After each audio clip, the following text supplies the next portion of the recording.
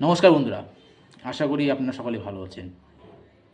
2026-এ প্রায় আসন সমঝোতা প্রায় কমপ্লিট শেষের দিকে।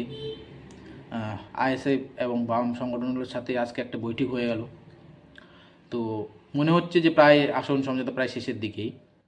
তো দেখা যাক কী হয়, কে কয়টা প্রার্থী দিতে পারে। তো বন্ধুরা, আপনারা তো থাম্বনেল দেখেছেন, এবার 2026-এ এক ঝাঁক নতুন মুখ আসতে চলেছে।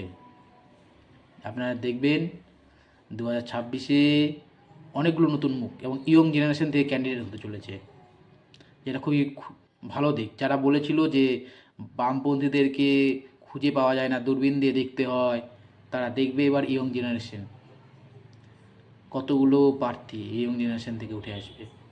তাছাড়াও আছে আমাদের আগেকার যারা কমরেড যারা লড়েছে তারাও আছে, এবং যারা প্রথম সারির ইয়ং জেনারেশন যেমন দীপশিতা ধর, মীনাক্ষী মুখার্জি, শতরূপ দা,